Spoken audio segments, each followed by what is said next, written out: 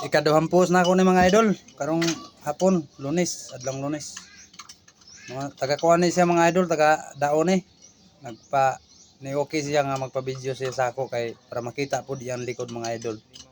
Kung unsay porma sa iyang likod. Mo nang medyo murag na sinusinaw na ni iyang taas mga idol.